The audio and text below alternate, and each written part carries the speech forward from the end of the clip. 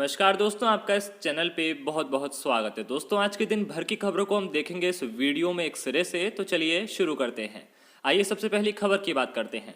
Supreme court ने कहा है कि सीबीआई को किसी भी मामले की जांच करने से पहले उस राज्य की सहमति अनिवार्य तौर पर लेनी होगी। 8 राज्यों द्वारा सामान्य सहमति वापस लिए जाने के बाद सुप्रीम कोर्ट ने यह फैसला दिया है। एक फैसले में सुप्रीम कोर्ट ने इसकी पुष्टि करते हुए कहा है कि यह प्रावधान संविधान के संघीय चरित्र के अनुरूप है।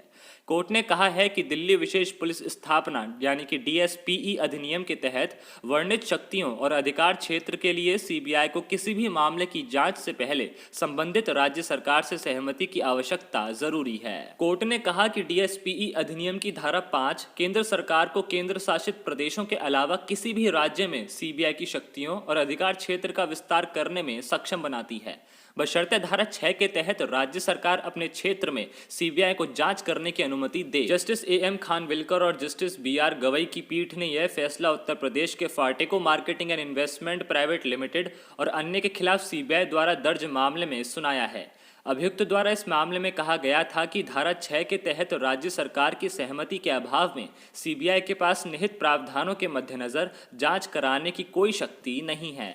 फैसले में आगे कहा गया है कि एफआईआर दर्ज करने से पहले सहमति प्राप्त करने में विफलता पूरी जांच को समाप्त कर देगी। दूसरी ओर राज्य ने तर्क दिया है कि डीएसपीई अधिनियम की धारा 6 के तहत पूर्व सहमति अनिवार्य नहीं है, बल्कि यह सिर्फ निर्देशिका है। बता दें कि सुप्रीम कोर्ट का यह फैसला 8 राज्यों द्वारा सीबीआई जांच की सहमति वापस लिए जाने के बाद काफ़ी अहम है। हाल ही में झारखंड ऐसा 8वां राज्य बना है जिसने सीबीआई को दी गई सामान्य सहमति वापस ले ली है। इससे पहले केरल, पश्चिम बंगाल, छत्तीसगढ़, राजस्थान, महाराष्ट्र, पंजाब और आंध्र प्रदेश सामान्य सहमति वापस ले चुके हैं। ये सभी विपक्ष शासित प्रदेश हैं। बढ़ते हैं अगली खबर की तरफ। केंद्र सरकार ने private TV channel Sudarshan TV के विवादित प्रोग्राम बिंदास बोल के लंबित प्रकरणों के प्रसारण को हरी झंडी दे दी है।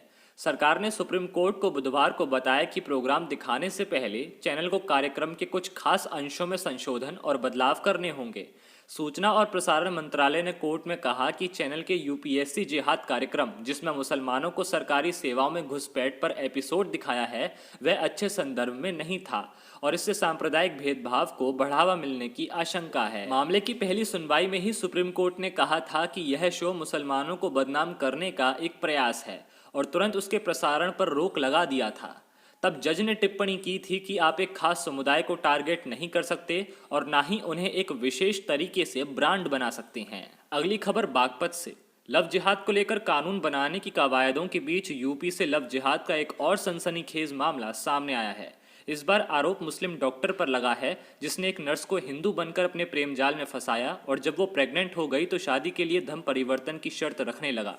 फिलहाल पीड़ित ने पुलिस से अपने साथ हुए धोखे की शिकायत की है और पुलिस ने कार्रवाई शुरू कर दी है। बढ़ते हैं अगली खबर की तरफ। दिल्ली उच्च न्यायालय ने गुरुवार को केंद्र सरकार से हिंदू विवाह अधिनियम और विशेष विवाह अधिनियम के तहत समलैंगिक विवाह को मान्यता देने के लिए दायर जनहित याचिका पर जवाब देने को कहा है।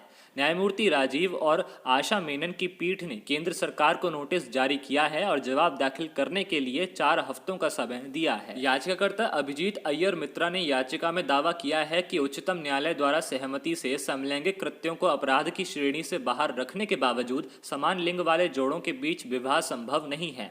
तो दोस्तों, ऐसी खबरों को जानने के लिए आप इस चैनल को सब्सक्राइब कर सकते हैं, साथ ही साथ बेल आइकन को प्रेस कर सकते हैं ताकि अगली खबर की नोटिफिकेशन सबसे पहले आपके फ़ोन पर आ जाए।